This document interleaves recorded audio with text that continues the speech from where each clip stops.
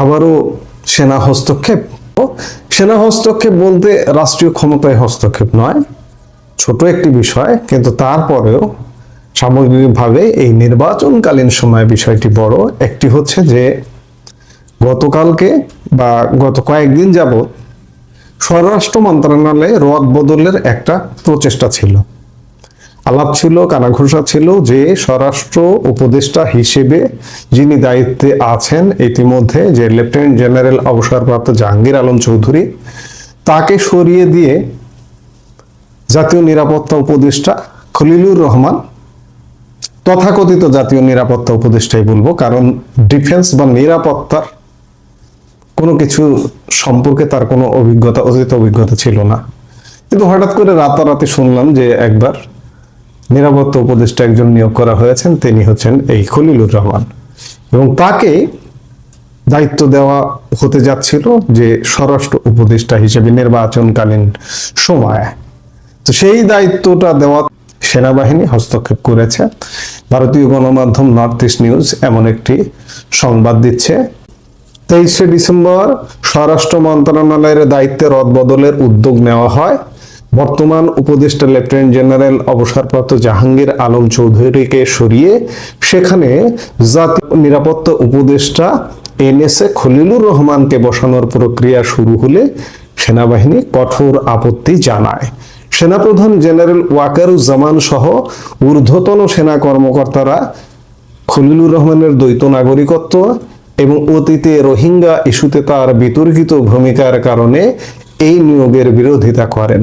জানা গেছে এর আগে খলিলুর রহমান মিয়ানমারের রাখাইন রাজ্যের রোহিঙ্গাদের জন্য একটি সামরিক করিডোর তৈরির প্রস্তাব দিয়েছিলেন। সেনাবাহিনী এই প্রস্তাবকে জাতীয় নিরাপত্তার জন্য হুমকি মনে করে তা প্রত্যাখ্যান করে। সেনাপ্রধান তখন ক্ষুব্ধ হয়ে নো ব্লাডি করিডোর মন্তব্য করেছিলেন। এই ঘটনার জেরে এনএসএ এর সঙ্গে সেনাবাহিনীর সম্পর্কের চরম অবনতি ঘটে, এমনকি সেনা কর্মকর্তারা তার সঙ্গে বৈঠকে বসতেও অস্বীকৃতি জানান এবং সেনানিবাসে তার প্রবেশ নিষিদ্ধ করেন সেই সময়। অন্যদিকে আরেকটি ঘটনাও ঘটেছে, যে আপনারা জানেন যে তারেক রহমান, বিএনপির ভারপ্রাপ্ত চেয়ারম্যান তারেক রহমান আজ 24শে ডিসেম্বর সন্ধেবেলা লন্ডন থেকে ঢাকার উদ্দেশ্যে রওনা দেবেন। তিনি আগামীকালকে ঢাকায় এসে পৌঁছাবেন এবং তারেক রহমানকে আপনারা জানেন ইতিমধ্যেই যে এসএসএফ নিরাপত্তা দেওয়া হবে, এবং এসএসএফ নিরাপত্তা কারা পান? সরকার প্রধান, রাষ্ট্রপ্রধান, এই দুইজন পান। এর সাথে কদিন আগে আপনারা দেখলেন যে বিএনপির চেয়ারপারসন বেগম খালেদা জিয়াকেও এসএসএফ নিরাপত্তা দেওয়া হয়েছে। একই সাথে খালেদা জিয়ার পরিবারের সদস্য এবং তারেক রহমানও এই মুহূর্তে গুরুত্বপূর্ণ ব্যক্তিত্ব হওয়ায় তিনি এসএসএফ নিরাপত্তা পাচ্ছেন, এটি নিশ্চিত হওয়া গেছে। রাজনৈতিক বিশ্লেষকদের মতে তারেক রহমানকে রাষ্ট্রীয় সর্বোচ্চ নিরাপত্তা প্রদান ও প্রশাসনের গুরুত্বপূর্ণ নিয়োগে সেনাবাহিনীর এই প্রত্যক্ষ হস্তক্ষেপ অন্তর্বর্তীকালীন সরকারের সময় ক্ষমতার ভারসাম্য ও সামরিক বাহিনীর সতর্ক অবস্থানের বিষয়টি স্পষ্ট করে তুলেছে। অর্থাৎ সেনাবাহিনী আবারও একটু ঝাঁকি দিয়ে উঠল। এই ঝাঁকিটা কেমন? একজনের নিয়োগ হলো না এবং এসএসএফ এর নিরাপত্তা পাচ্ছেন। এসএসএফ এর সদস্য কারা? সেনাবাহিনী। এই এসএসএফ এর নিরাপত্তা পাচ্ছেন বিএনপি চেয়ারপারসন এবং ভারপ্রাপ্ত চেয়ারম্যান। আচ্ছা, তারা আগামীতে সরকার প্রধান, রাষ্ট্রপ্রধান হতে যাচ্ছেন। অবস্থা, বর্তমান দেশের অবস্থা যদি বিশ্লেষণ করেন তাহলে এটি দাঁড়ায় যে নির্বাচনের আগেই তারা এসএসএফ সুবিধা পাচ্ছেন। এটি শেষ পর্যন্ত কি হবে? ওদিকেই যাচ্ছে, সোজা কথা ওদিকেই যাচ্ছে। শেষ পর্যন্ত কি হবে সেটা কতদিনের জন্য হবে? 15 দিনের জন্য হবে? 15 দিনের জন্য প্রধানমন্ত্রী হবেন নাকি 15 বছরের জন্য হবেন? সময় আসলে বলে দেবে। আমরা নিশ্চয়ই সময়ের সাক্ষী হিসেবে আপনি, আমি প্রত্যেকেই এগুলো দেখব। সরকার যাবো করেও যে যাবে না তার প্রমাণ হলো হঠাৎই উপদেষ্টা পরিষদে রদবদলের গল্প ছড়ানো হচ্ছে। 18 ডিসেম্বর রাতে বাংলাদেশ পোড়ানোর ঘটনায় ব্যর্থতার দায় স্বরাষ্ট্র উপদেষ্টা মেজর জেনারেল অবসরপ্রাপ্ত জাহাঙ্গীর আলম চৌধুরীর উপর চাপিয়ে তার জায়গায় রজার খলিল ওরফে বর্তমান নিরাপত্তা উপদেষ্টা খলিলুর রহমানকে দায়িত্ব দেওয়ার কথা বলা হচ্ছে। আচ্ছা, নিরাপত্তা উপদেষ্টা হিসাবে দেশ পোড়ানোর দায় খলিলুর রহমানের উপর কি কিছুটা বর্তাবে না? মানে তার না নিরাপত্তা নিশ্চিত করার কথা দেশের? যাই হোক, কথা তো অনেক কিছুই দিয়েছিলেন ইউনূস মহাজন ক্ষমতা দখল করে, কোনোটাই কি রাখতে পেরেছেন? রাখতে পারেননি। বিদায় নিলে তো নেওয়ার কথা খোদ ইউনূসের, কিন্তু তিনি তো গেড়ে বসে আছেন।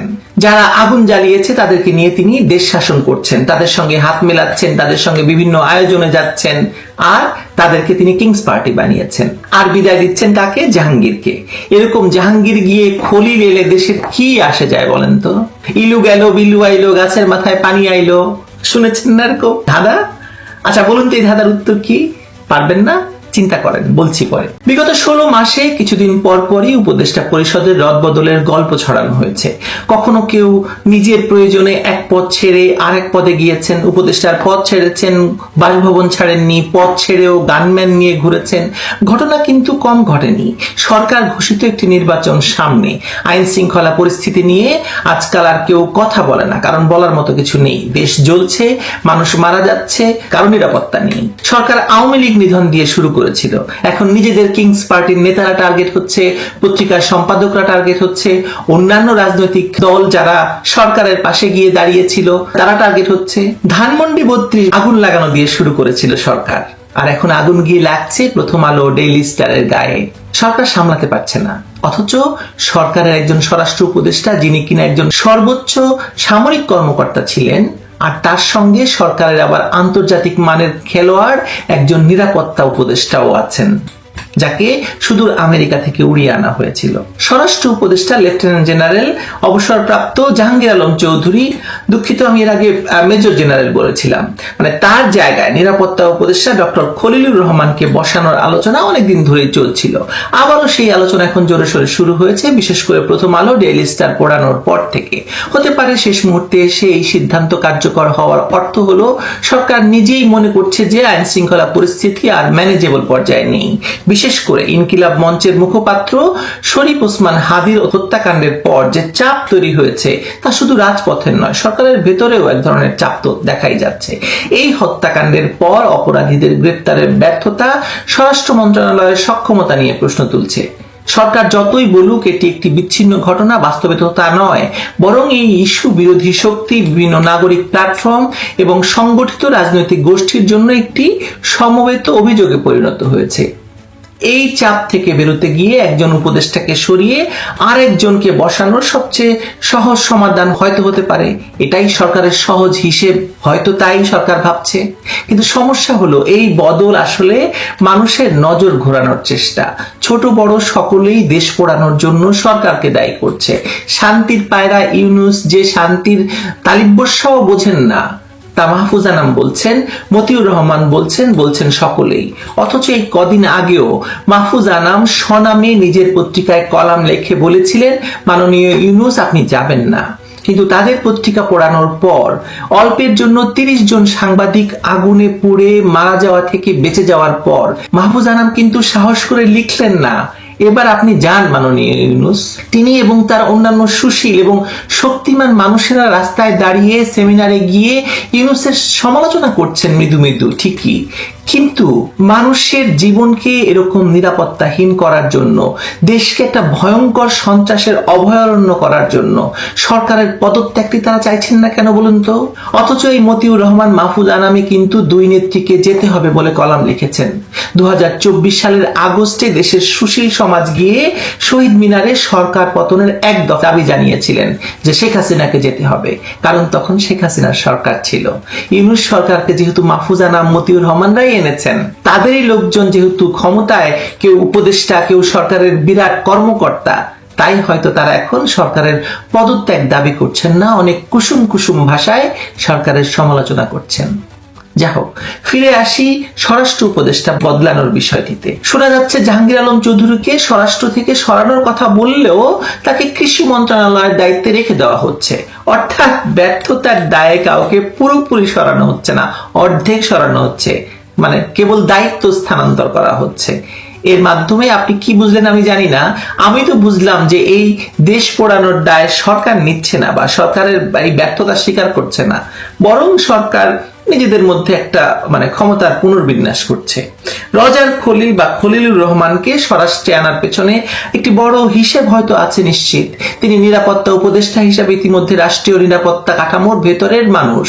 সরকারের দৃষ্টিতে এটি একটি মহা নিরাপদ পছন্দ, কারণ যারা এই দেশ পোড়ানোর জন্য দায়ী তাদের অনেকের সঙ্গেই কিন্তু এই রজার খলিলের ওঠা বসা, তারা সকলেই পূর্ব পরিচিত, তারা রজার খলিলের ঘনিষ্ঠ মানুষও। আর বিদেশি শক্তির সঙ্গে তো রজার খলিলের দহরম মহরম পুরনো এবং পরীক্ষিত। কিন্তু মাঠ পর্যায়ের কি অবস্থা? রজার খলিল যখন নিরাপত্তা উপদেষ্টার পদ নেন বা তাকে বসানো হয় সুদূর আমেরিকা থেকে উড়িয়ে এনে, তখন সেনাপ্রধানের সঙ্গে তার বিরোধ শুরু হয় এবং স্বাভাবিকভাবেই এই বিরোধ নিয়ে ইউনূস এবং সেনাপ্রধান বা সেনাবাহিনীর ভেতর ক্যাচাল দেশকে আরো অনিরাপদ করে তুলেছিল। আরো বড় প্রশ্ন হলো, এই রজার খলিলকে তো কেউ চিনত না, ইউনূস তাকে আমেরিকা থেকে উড়িয়ে এনে নিরাপত্তা উপদেষ্টা করা পর্যন্ত। মাঠ পর্যায়ের বাস্তবতায় প্রশ্ন আগেই উঠেছে যে আইন শৃঙ্খলা বাহিনীর বিভিন্ন স্তরে তার গ্রহণযোগ্যতা কতটা। আর এখন তো পরিস্থিতি আরো নাজুক, আরো ভয়ঙ্কর। এখন নির্বাচনকালীন সময়, শুধু নীতি নির্ধারণ নয়, বরং মাঠে দ্রুত সিদ্ধান্ত, পারস্পরিক আস্থা এবং সমন্বয় দরকার আগের যে কোনো সময়ের তুলনায় বেশি। এখন এই জায়গাগুলোতে যদি দ্বিধা তৈরি হয়, রজার খলিলকে মেনে নিতেই অসুবিধা হয় মাঠে কাজ করা বাহিনীর, তাহলে পরিস্থিতি তো আরো জটিল হতে বাধ্য। এর সঙ্গে শোনা যাচ্ছে পুলিশের শীর্ষ পর্যায়ে রদবদলের সিদ্ধান্ত যুক্ত হওয়ার কথা। পুরো বিষয়টিকে আরো রাজনৈতিক রূপ দিচ্ছে কিন্তু সবকিছু মিলিয়ে। নির্বাচন সামনে রেখে পুলিশ প্রশাসনের উচ্চ পদে পরিবর্তন সাধারণত দুই ধরনের পরিস্থিতি তৈরি করতে পারে।